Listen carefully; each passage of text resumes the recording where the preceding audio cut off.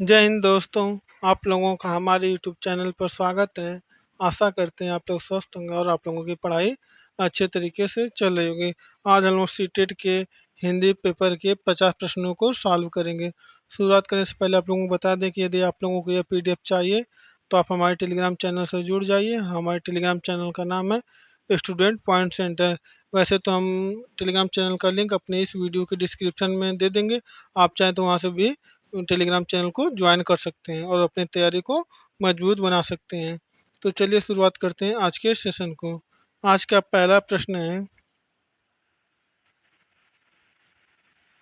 भाषा की मूल इकाई क्या है? भाषा की मूल इकाई क्या है? तो इसका सही आंसर हो जाएगा ऑप्शन ए, वर्ण। भाषा की मूल इकाई क्या होती है? वर्ण होती है। प्रश्न संख्या 2 है। प्रश्न संख्या 2 में पूछा है कि बालक स्कूल गया में काल क्या है? इसमें सही आंसर हो जाएगा इसका ऑप्शन बी, भूतकाल। बालक स्कूल गया इसमें भूतकाल की क्रिया है। अगला प्रश्न प्रश्न संख्या 3, इसमें पूछा कि कमल जैसा सुंदर एक किस प्रकार की उपमा है? कमल जैसा सुंदर एक किस प्रकार की उपमा है? जिसका सही आंसर हो जाएगा ऑप्शन ए, रूढ़। रूढ़ प्रकार की उपमा है। अगला प्रश्न है प्रश्न संख्या 4, इसमें पूछा है कि मकान शब्द किस समास का उदाहरण है? मकान शब्द किस समास का उदाहरण है? इसका सही आंसर हो जाएगा ऑप्शन डी, बहुव्रीहि। मकान में बहुव्रीहि समास है। अगला प्रश्न है प्रश्न संख्या 5, इसमें पूछा कि सादा जीवन उच्च विचार किस प्रकार की भाषा का उदाहरण है? सादा जीवन उच्च विचार किस प्रकार की भाषा का उदाहरण है? जिसका आंसर जो है ऑप्शन बी, लोकोक्ति। लोकोक्ति प्रकार का उदाहरण है। अगला प्रश्न है प्रश्न संख्या 6, इसमें पूछा कि भाषा शिक्षण का पहला लक्ष्य क्या होता है? भाषा शिक्षण का पहला लक्ष्य क्या होता है? तो इसका सही आंसर होगा ऑप्शन सी, मौखिक अभिव्यक्ति। भाषा शिक्षण का पहला लक्ष्य होता है कि मौखिक अभिव्यक्ति करना। अगला प्रश्न है प्रश्न संख्या 7, इसमें पूछा है कि सुंदरता शब्द में कौन सा प्रत्यय है? सुंदरता शब्द में कौन सा प्रत्यय है? जिसका सही आंसर होगा ऑप्शन बी, ता प्रत्यय है। सुंदरता में ता प्रत्यय लगा होता है। प्रश्न संख्या 8 में पूछा है कि साहित्य का श्रृंगार रस क्या कहलाता है? साहित्य का श्रृंगार रस क्या कहलाता है? जिसका सही आंसर होगा ऑप्शन बी, श्रृंगार। प्रश्न संख्या 9 में पूछा है कि भाषा का सबसे छोटा इकाई क्या होता है? भाषा की सबसे छोटी इकाई क्या होती है? तो इसका सही आंसर हो जाएगा ऑप्शन ए, ध्वनि। भाषा की जो सबसे छोटी इकाई होती है ध्वनि होती है। तो हमारा सही आंसर क्या हो जाएगा ऑप्शन ए। अगला प्रश्न है प्रश्न संख्या 10, इसमें पूछा है कि विद्या ददाति विनयम किस प्रकार का वाक्य है? विद्या ददाति विनयम किस भाषा का वाक्य है? इसका आंसर हो जाएगा हमारा ऑप्शन ए, संस्कृति। विद्या ददाति विनयम, विद्या विनय को देता है। इसका सही आंसर हो जाएगा हमारा ऑप्शन ए, यह संस्कृत भाषा का वाक्य है। प्रश्न संख्या 11 में पूछा है कि वाक्य में क्रिया का कार्य क्या होता है? वाक्य में क्रिया का कार्य क्या होता है? जिसका सही आंसर हो जाएगा ऑप्शन बी, कार्य का होना। वाक्य में क्रिया का कार्य होता है कि कार्य का होना। अगला प्रश्न है प्रश्न संख्या 12। प्रश्न संख्या 12 में पूछा है कि वाच्य के कितने प्रकार होते हैं? वाच्य के कुल कितने प्रकार होते हैं? तो हमारा सही आंसर होगा ऑप्शन बी, 3 प्रकार। वाच्य के 3 प्रकार होते हैं। अगला प्रश्न है प्रश्न संख्या 13, इसमें पूछा है कि निम्नलिखित में से कौन सा काल नहीं है? निम्नलिखित में से कौन सा काल नहीं है? तो हमारा सही आंसर है ऑप्शन बी, पूर्ण काल। पूर्ण काल जो है काल नहीं है। अगला प्रश्न है प्रश्न संख्या 14, इसमें पूछा है कि हाथ कंगन को आरती क्या? यह क्या है? हाथ कंगन को आरती क्या? यह क्या है? तो इसका सही आंसर है ऑप्शन बी, लोकोक्ति है। हाथ कंगन को आरती क्या, यह एक प्रकार का लोकोक्ति है। अगले प्रश्न पे चलते हैं प्रश्न संख्या 15।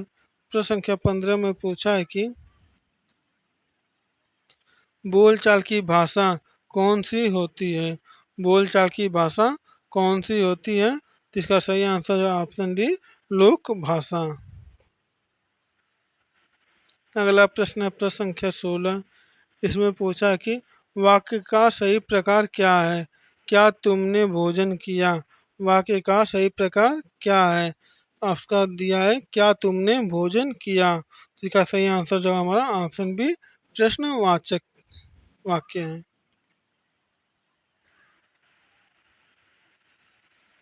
अगला प्रश्न है प्रश्न संख्या 17। प्रश्न संख्या 17 में पूछा है कि कौन सी भाषा देवनागरी लिपि में लिखी जाती है? तो हमारा सही आंसर होगा ऑप्शन बी, हिंदी। हिंदी भाषा को हम लोग देवनागरी लिपि में लिखते हैं। अगला प्रश्न है प्रश्न संख्या 28। इसमें पूछा कि पढ़ाई शब्द में प्रयुक्त उपसर्ग क्या है? पढ़ाई शब्द में प्रयुक्त उपसर्ग क्या है? तो इसका सही आंसर होगा ऑप्शन डी, कोई उपसर्ग नहीं है। पढ़ाई में जो है कोई उपसर्ग नहीं होता है। अगला प्रश्न है जल का पर्यायवाची शब्द नहीं है। जल का पर्यायवाची शब्द नहीं है तो हमारा सही आंसर होगा ऑप्शन डी, अग्नि। अग्नि जो है जल का पर्यायवाची शब्द नहीं है। जल के पर्यायवाची शब्द अमृत, नीर और तोय को हम लोग क्या बोलते हैं? पर्यायवाची शब्द बोलते हैं जल के। अगला प्रश्न है प्रश्न संख्या 20। इसमें पूछा कि भाषा शिक्षण में मुख्य रूप से कौन सी विधि अपनाई जाती है?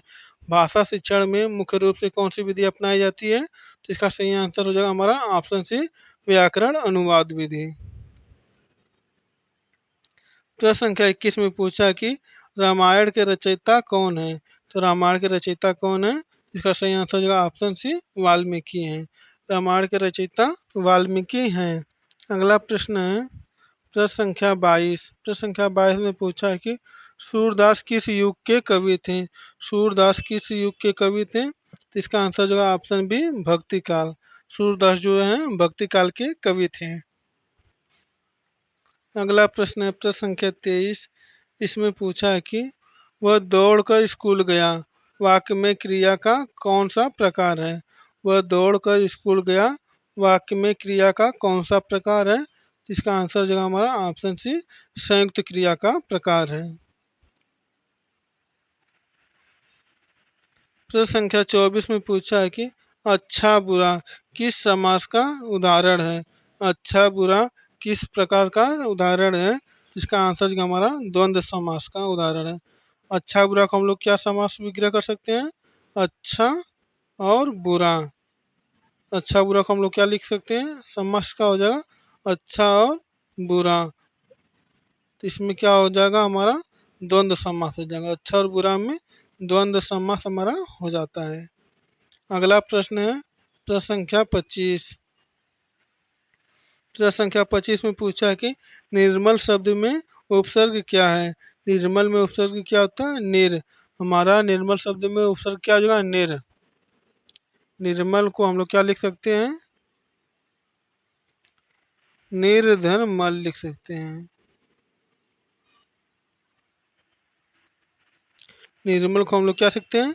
निर्धन मल। तो निर्मल में क्या हमारा उपसर्ग हो जाएगा? निर हमारा उपसर्ग हो जाएगा। अगला प्रश्न है प्रश्न संख्या 26। प्रश्न संख्या 26 में पूछा है कि हिंदी में कितने स्वर होते हैं? हिंदी में कुल कितने स्वर होते हैं? तो इसका सही आंसर होगा ऑप्शन बी, 12 स्वर होते हैं। हिंदी में कुल 12 स्वर होते हैं।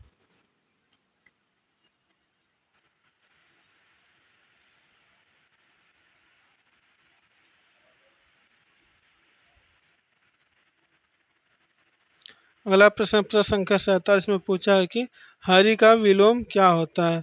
हरि का विलोम हमारा हो जाएगा ऑप्शन सी, शैतान। हरि को हम लोग क्या कहते हैं? हरि किसका पर्यायवाची है? तो विष्णु जी का पर्यायवाची है। और हरि का जो हम लोग विलोम क्या हो जाएगा? शैतान हो जाएगा। हमारा सही आंसर क्या हो जाएगा? ऑप्शन सी, शैतान। अगला प्रश्न है प्रश्न संख्या 28। 28 में पूछा है कि हिंदी दिवस कब मनाया जाता है? हिंदी दिवस हम लोग कब मनाते हैं? तो इसका सही आंसर हो जाएगा ऑप्शन सी, 14 सितंबर को। प्रत्येक वर्ष 14 सितंबर को हम लोग हिंदी दिवस के रूप में मनाते हैं। अगला प्रश्न है प्रश्न संख्या 29। प्रश्न संख्या 29 में पूछा है हंसना किस प्रकार की क्रिया है। हंसना किस प्रकार की क्रिया है, तो आंसर जो हमारा ऑप्शन ऑप्शन बी अकर्मक। हंसना जो है अकर्मक प्रकार की क्रिया है। प्रश्न संख्या 30 में पूछा कि नीला आसमान में नीला शब्द कौन सा विशेषण है। नीला आसमान में नीला शब्द कौन सा विशेषण है, तो हमारा सही आंसर जो ऑप्शन है गुणवाचक विशेषण है। नीला आसमान में नीला जो है गुणवाचक विशेषण है। प्रश्न संख्या 31 में पूछा है कि पंख शब्द में कौन सा संधि है। पंख शब्द में कौन सा संधि है, तो इसका सही आंसर जो हमारा ऑप्शन ए व्यंजन संधि है। पंख में हमारा कौन सा संधि होता है, तो व्यंजन संधि होता है। अगला प्रश्न है प्रश्न संख्या 32। प्रश्न संख्या 32 में पूछा है कि हिंदी की सबसे पुरानी बोली बोली मानी जाती है। हिंदी की सबसे पुरानी बोली मानी जाती है। इसका सही आंसर हमारा ऑप्शन डी अपभ्रंश। हिंदी की सबसे पुरानी बोली जाने वाली भाषा क्या है, अपभ्रंश है। प्रश्न संख्या 33 में पूछा है कि फल शब्द का बहुवचन क्या होगा। फल शब्द का बहुवचन क्या हो जाएगा हमारा, तो इसका सही आंसर होगा ऑप्शन बी फल। फल जो है बहुवचन शब्द होता है। अगला प्रश्न है प्रश्न संख्या 34। प्रश्न संख्या 34 में पूछा है कि जल्दी उठो यह किस प्रकार का वाक्य है। जल्दी उठो यह किस प्रकार का वाक्य है, तो हमारा है आज्ञावाचक वाक्य प्रकार का वाक्य है। जल्दी उठो यह किस प्रकार का वाक्य है, तो यह आज्ञावाचक वाक्य है। तुम्हारा सही आंसर क्या हो जाएगा, ऑप्शन ए आज्ञावाचक। अगला प्रश्न है प्रश्न संख्या 35। इसमें पूछा है कि राहुल ने कहानी सुनाई में कहानी पद क्या है। राहुल ने कहानी सुनाई में कहानी पद क्या है, इसका सही आंसर जो हमारा ऑप्शन बी कर्म। राहुल ने कहानी सुनाई इसमें कर्म प्रकार का पद है।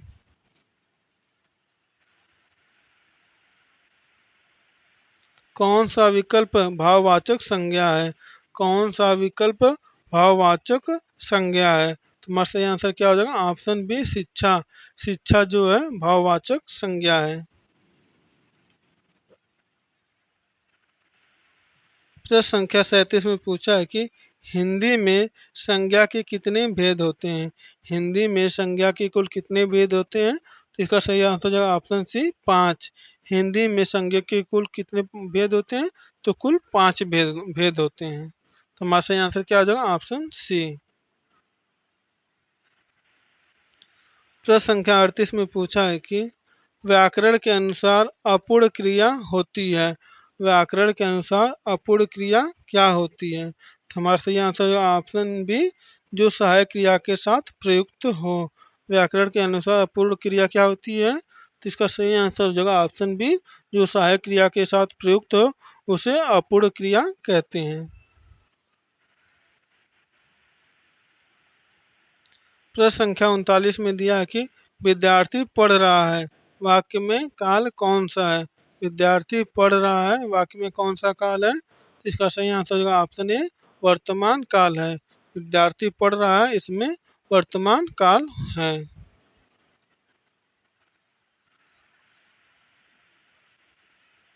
कविता का स्त्रीलिंग रूप क्या है। कविता का स्त्रीलिंग रूप क्या है, तुम्हारा सही आंसर होगा ऑप्शन बी कवयित्री। परीक्षा में हमेशा आप पूछा जाता है कवित्री का शुद्ध रूप क्या है। इस तरह ऑप्शन में हम लोगों को दे देगा, चेक करिए कौन सा शब्द शुद्ध है। इसमें लिख देगा इस तरह कवित्री, एक ऑप्शन रहेगा कवयित्री ये जाएगा, एक हमारा ऑप्शन दे देगा कवयित्री। अब हम लोगों को इनमें से चयन करना रहेगा कौन सही है, तो हमारा सही आंसर क्या हो जाएगा ऑप्शन ए कवित्री। कवित्री को हम लोग इस प्रकार लिखते हैं। यह परीक्षा में अधिकांश परीक्षाओं में यह पूछा जाता है, इसलिए आप इसको ध्यान में रखिएगा कि कवित्री किस प्रकार से लिखा जाता है। अगला प्रश्न है प्रश्न संख्या 41। प्रश्न संख्या 41 में पूछा कि बालक खेल रहा है, यह किस वाक्य में है? बालक खेल रहा है, यह किस वाक्य में है? इसका सही आंसर हो जाएगा हमारा ऑप्शन ए, कृतवाच्य है। बालक खेल रहा है, इसमें कृतवाच्य है। अगला प्रश्न है प्रश्न संख्या 42, इसमें पूछा कि अंधेरे में तीर चलाना का अर्थ क्या है? अंधेरे में तीर चलाना का अर्थ क्या है? इसका आंसर जो हमारा ऑप्शन बी, बिना सोचे समझे काम करना। अंधेरे में तीर चलाना का अर्थ होता है बिना सोचे समझे किसी कार्य को करना। प्रश्न संख्या 43 है, इसमें पूछा है कि हिंदी भाषा का मूल लिपि क्या है? हिंदी भाषा का मूल लिपि क्या है? तो हमारा सही आंसर का ऑप्शन सी, देवनागरी। हिंदी भाषा की मूल लिपि क्या होती है? देवनागरी होती है।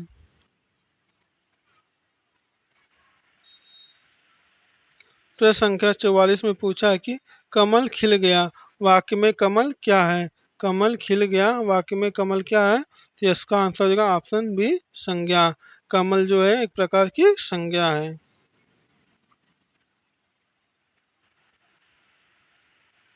अगला प्रश्न है प्रश्न संख्या 45, इसमें पूछा कि नाचना शब्द किससे बना है?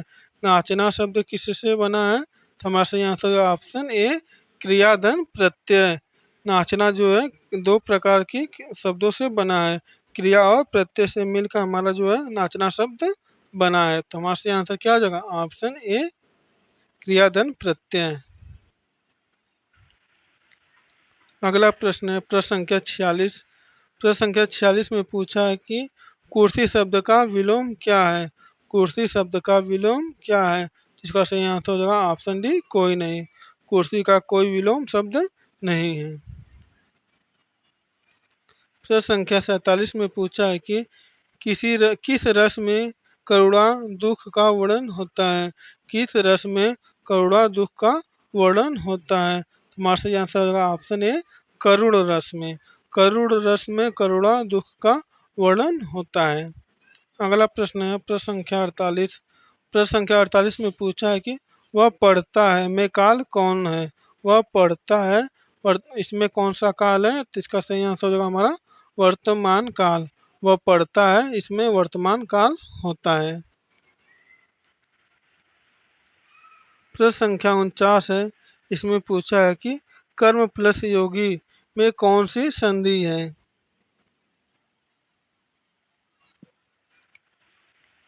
कर्मयोगी में कौन सी संधि है? तो इसका सही आंसर होगा हमारा ऑप्शन सी, वृद्धि संधि है। अगला प्रश्न है हमारा प्रश्न संख्या 50, ये आज का हमारा आखिरी प्रश्न है। इसमें पूछा कि भाषा शिक्षण में कविता का उद्देश्य क्या है? भाषा शिक्षण में कविता का उद्देश्य क्या है? तो इसका सही आंसर हो जाएगा हमारा ऑप्शन सी, आनंद देना और भाव जगाना। भाषा शिक्षण में कविता का उद्देश्य होता है कि आनंद देना और भाव जगाना। तो हमारा सही आंसर क्या हो जाएगा? Option C. तो दोस्तों, यदि आप लोग सीटेट की तैयारी करना चाहते हैं तो आप हमारे यूट्यूब चैनल से जुड़ जाइए। हमारे यूट्यूब चैनल पर डेली जीएस के, ईवीएस के और हिंदी के और पर्यावरण से संबंधित जितने भी टॉपिक हैं सीटेट में पूछे जाते हैं, उन सभी का हम लोग यहाँ पर प्रैक्टिस करवाते हैं, जिससे आप हमारे यूट्यूब चैनल से जुड़कर आप अपने तैयारी को मजबूत बना सकते हैं। तो दोस्तों, आज के लिए इतना ही। बाकी की वीडियो पढ़ने के लिए आप हमारे चैनल को सब्सक्राइब कीजिए। जय हिंद, जय भारत।